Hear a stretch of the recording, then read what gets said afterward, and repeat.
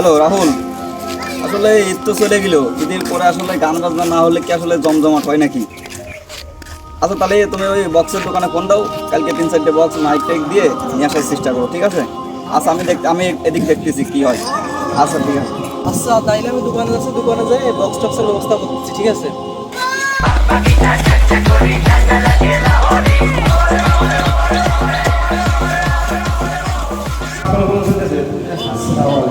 ওয়ালাইকুম আসসালাম বলতেছিলাম ঈদ চলে গেছে আর এবারে বক্স নিয়ে এসে নাচানাচি করতেছে, রমজান যে সময় গেল না, যদি আপনি এর ভিতরে একটা অ্যাকশন নিতেন তাহলে ভালো হতো। আপনি আর কি যাই একটু বুঝাই দেন। আচ্ছা দেখতেছি মতো বসে। হ্যাঁ আপনার মহল্লা, আপনার এলাকা, আপনি মসজিদ পেশিয়া, আপনার কি কোনো কিছু মনে লাগে না? আপনি তো দায়িত্ব নেই এই সমস্যা সমাধান করার জন্য। বললাম যে আমাদের বোঝায় আপনি কি মানুষের আছেন আমরা বোঝায় তাদের বানাতে চলেন তো আর এবার চলতে পারে, চলেন। হ্যাঁ পাঠালাম যাই।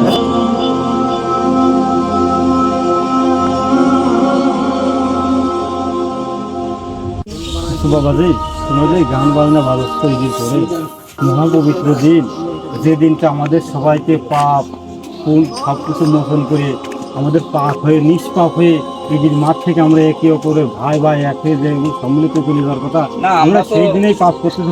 আমরা তো আনন্দ করতেছি, এটা তো কোনো পাপ টাপ মনে করিনি। আমরা এটা আনন্দ করতেছি, ঈদ চলে গেছে, ঈদের একটা আমেজ। এই আমেজে আমরা মাইক নিয়ে আইছি, তারপর সাথে মিলে টাকা পয়সা দিয়ে পিকনিক করবো, গল্প যাবো, ড্যান্স করবো। এটা একটা আনন্দ, বাংলার ঐতিহ্য আমরা ধরে রাখছি। না বাবা, আনন্দ তো ইসলামে এরকম নেই বাবা। না, আনন্দ তো এখন ইসলামে ইসলামে আনন্দ না আছে। থাকলে এখন আমরা মুসলিম, আমরা তো নামাজ কালাম পড়ি, তারপরেও আনন্দের জন্য এগুলো করা যায়, সমস্যা হয় না। আল্লাহ তো বোঝেই। আস্তাগফিরুল্লাহ, আস্তাগফিরুল্লাহ, আল্লাহ আমাদের মাফ করুন। আপনি ওজন মানুষ, আপনি আনকালচার লোকজন, আসলে কি বলবো, আপনাদের কথা আমাদের কিছু যায় আসে না। আমরা আনন্দ করবো, ঈদের এই আনন্দের দিন আমরা আনন্দ ছাড়া থাকতে পারবো না। কি বলো সবাই? বাবা ঈদিও না, কাছে কোনো অনুষ্ঠান আপনার বাবা, বক্স না, কোনো আমরা আনন্দ ছাড়া, আমরা বক্স ছাড়া আমরা কোনোভাবেই না থাকতে বাবা, পারবো না। মুসলমান বক্স আমাদের মুসলমানের বিয়ে বাবা। সব জায়গায় আমরা বক্স থেকে আনন্দ, বাঙালি আনন্দ ছাড়া বাঙালি কিছুই বলবে না। কি বলো? বাবা তোমাদের কাছে আমি একটা রিকোয়েস্ট করে আছি বাবা, তোমরা আমার রিকোয়েস্টটা 2 মিনিট শোনো বাবা, কিছু না মনে করলে বাবা, তোমাদের ভালো জানি বাবা। বাবা দেখো, তোমরা যেহেতু আজকে এই গান বাজনা করতেছো, মুসলমান ধর্ম বাবা কোনো অনুষ্ঠানে গান বাজনা নেই বাবা, হোক সে বিয়ে হোক, মুসলমান হোক, আটমুখ হোক, ঈদের দিন হোক, মুসলমান যে কোনো অনুষ্ঠান বাবা বক বাজায় না বাবা। যদি তোমরা আজকে আমার কথা না শুনে বক বাজাও বাবা, তাহলে দেখো বাবা, মানুষের মুসলমানের সবচেয়ে বড় একটা অনুষ্ঠান আছে, সেই অনুষ্ঠানের নাম তার মৃত্যুর পরে জানাজার নামে ধর অনুষ্ঠান বাবা। যদি আমার কথা আপনারা না রাখেন বাবা, তাহলে আপনাদের জানাজার নামে দেবো আমার একটা রিকোয়েস্ট, আপনার অনুষ্ঠানে বক্সটা বাজাবেন বাবা। আচ্ছা বাবা, আসি বাবা, আমার কথাটা না মানে ভালো লাগে বাবা, ক্ষমা করে দিন বাবা, আসি বাবা। হ্যালো আসলে ওজন ঠিক হয়ে গেলে ওগুলি আমাদের কোনো কথা শুনলে মনে হবে না। আমরা প্রতিনিয়ত ওয়াক্স আনবো এবং প্রতিনিয়ত আনন্দ করবো। হ্যাঁ অবশ্যই সামনে এটা আনবো। আজকে যাই হলো, পরবর্তীকালকে আবার সকাল সকাল তোমরা সবাই চলে আসলো, আমার ভালো লাগতেছে। সবাই নাও, চলো, আমাদের আজকে বলে দিলাম।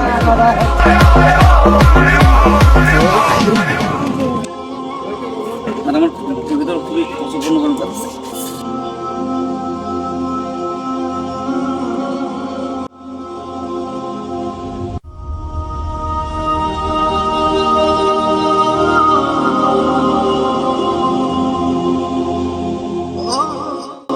এই আলামিনের কিছু নয়ছি, আলামিনের কিছু নয়ছি, পুড়ে গেছে, পুড়ে গেছে।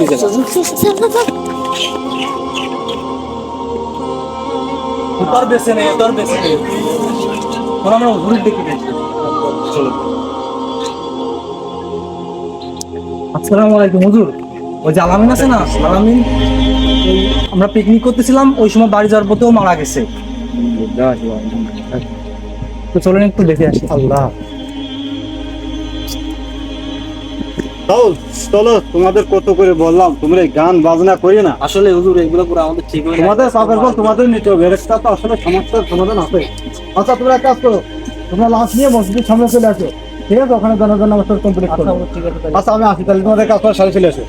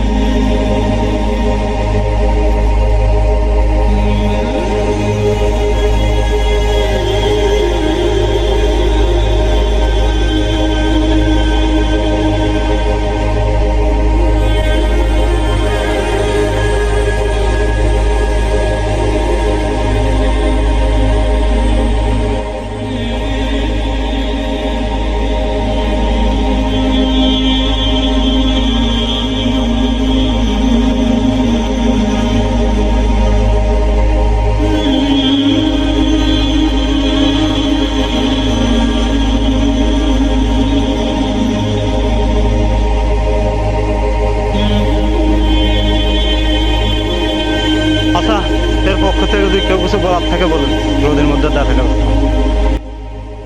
আসসালামু আলাইকুম।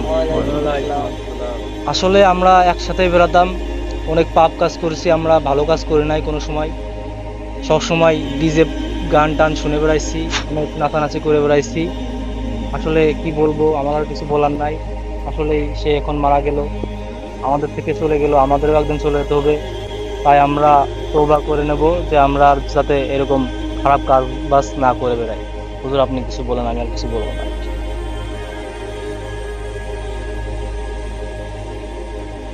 কি বলার, আজকে শেষ দিন, তাই না? প্রত্যেকটা লোকের একদিন এরকম শেষ দিন আসবে। তবে আমাদের প্রত্যেকটারই জীবনে একটা শিক্ষা নেওয়া উচিত। দেখো আজকে জানাজার নামাজে কতগুলো লোক, এটা কি তোমাদের শিক্ষা আসে না? ভালো মন্দর পরিচয় কি আসে না? আসে কি না? আজকে যে আমরা জীবনে যা করতেছি, আমার জীবনের শুরু থেকে শেষ পর্যন্ত আল্লাহ আমাদের যে একটা নির্দেশনা দিয়েছে, আল্লাহ নবী রাসূলুল্লাহ আমাদের নির্দেশনা দিয়েছে, আমরা কি সেই মোতাবেক আমাদের জীবনটা পরিচালনা করতেছি না? আমরা আল্লাহর বিরোধিতা করতেছি।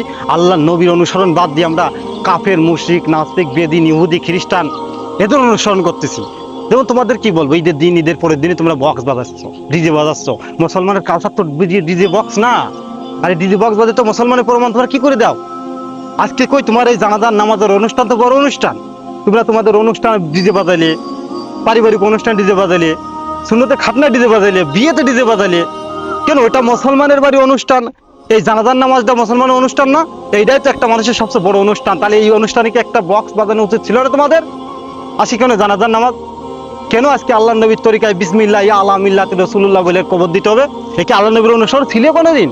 কথা কিছু মনে করবেন না, আপনাদের শিক্ষা দিচ্ছি, এর থেকে শিক্ষা নেন। আল্লাহ আমাকে মাফ করুন, মাফ করার দায়িত্ব আল্লাহ। আমরা তো ধরেন কন্ট্রাক্টে নিয়ে নিয়েছি, আমরা ইমাম সাহেবরা, দেশের মৌলানারা কন্ট্রাক্টে নিয়েছি মহলিক করে, আমরা তো জানাজার নামাজ পড়ে তার একেবারে বিসমিল্লাহ আলা মিল্লাতি রাসূলুল্লাহ আল্লাহ নবীর গারে মরা উঠে দিয়ে যাচ্ছে। আর জিন্দা থাকতে কি আল্লাহ নবীর গারে দিতে পারলাম না কেন? শিক্ষা নেন এর থেকে, সবাই শিক্ষা নেন।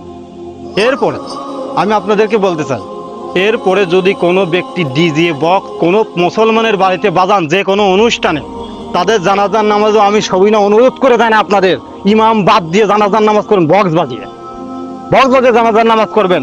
কোনো কাফন দাফন হবে না, কোনো দোয়া দরুদ হবে না, কোনো বিসমিল্লাহ আলা মিল্লাতি রাসূলুল্লাহ হবে না। কথা কি বুঝতে পারছেন? আর কি বক্স বাজাবেন কেউ? আর যদি বক্স বাজান তাহলে আপনাদের জন্য জানাজার নামাজ নেই, জানাজার নামাজ নেই। আর যে ইমাম সাহেব, যে মাওলাবি এদের জানাজার নামাজে করবে, তারা হচ্ছে দালাল ছাড়া কোনো নাস্তিক, বেঈমান, মুনাফিকের জানাজা কোনো ইমাম সাহেব করতে পারে? ওদেরকে মাটিতে গাড়িয়ে থুয়ে ইট পাটকেল দিয়ে দিত। আল্লাহ মাফ করুক, আজকে জানাজায় শেষ জানাজা। এই জানাজার পরে আর কোন ইমাম সাহেব কোন ডিজে, মুনাফিক, নাস্তিকের কোন বক্স বাজিয়ে মুসলমান অনুষ্ঠান করে তাদের জানাজার নামাজ হবে না। কে হবে? হবে না। এটাই আমার শেষ বক্তব্য। আমি আমার বক্তব্য সংক্ষেপ করলাম। জানাজার নামাজ জন্য রেডি হন, সবাই জানাজার নিয়ত করেন। আল্লাহু আকবার। আসসালামু আলাইকুম ওয়া রাহমাতুল্লাহ। আসসালামু আলাইকুম ওয়া রাহমাতুল্লাহ। আল্লাহ